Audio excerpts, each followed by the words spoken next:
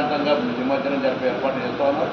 ఇప్పటికే దాదాపు 2 లక్షల పైన నిమజ్జనం మొదటి తేదీ నుంచి ఇప్పటి వరకు విగ్రహాలు ఏర్పాటు చేసుకునే వాళ్ళ నిమజ్జనాలు జరిగినాయి. అన్నీ కూడా ఇవాళ గతంలో ఒక్కొక్కసారి 2-3 రోజులు పట్టేది ఉంది. 72 గంటలు 48 గంటలు కంటిన్యూ ప్రాసెస్ వచ్చేవాళ్ళు.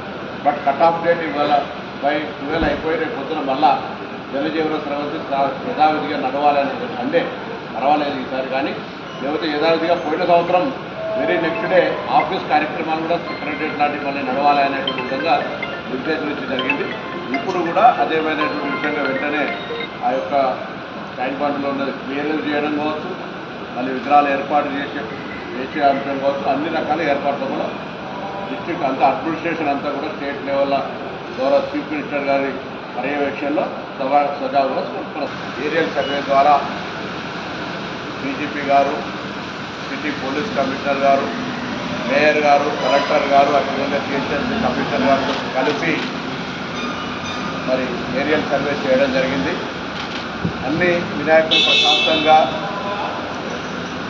ఉత్సవ కమిటీల ఆధ్వర్యం లోపల ట్యాంక్ బండ్కు చేరుతూ ఉన్నాయి. ఇప్పుడే పురాణాపూర్, చార్మినార్ ప్రాంతానికి సంబంధించినటువంటి ఆ ప్రాంతం నుంచి వచ్చేటువంటి గణేష విగ్రహాలు కానీ ఇతరత్ర ప్రాంతాల నుంచి వచ్చేటువంటి విగ్రహాలు అన్నీ కూడా ట్యాంక్ బండ్కి చేరుతూ ఉన్నాయి. ప్రధానమైనటువంటి ఘట్టం మరి ఖైరతాబాద్ మధ్యాహ్నం నిమజ్జనం కావడం జరిగింది. దాని తదుపరి సాయంత్రం గౌరవ ముఖ్యమంత్రి గారు కూడా ఆకస్మికంగా ఏర్పాట్లను కానీ ఇతరత్ర ఉత్సవాల్లో పాల్గొనడానికి వారు ట్యాంక్ బండ్కి రావడం జరిగింది.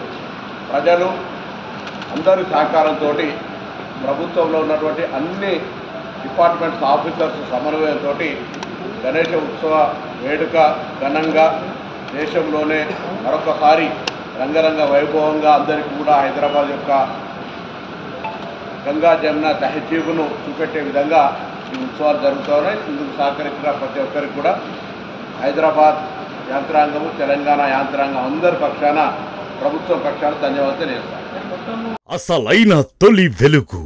ఫాలో వాట్సాప్ @తొలి వెలుగు official.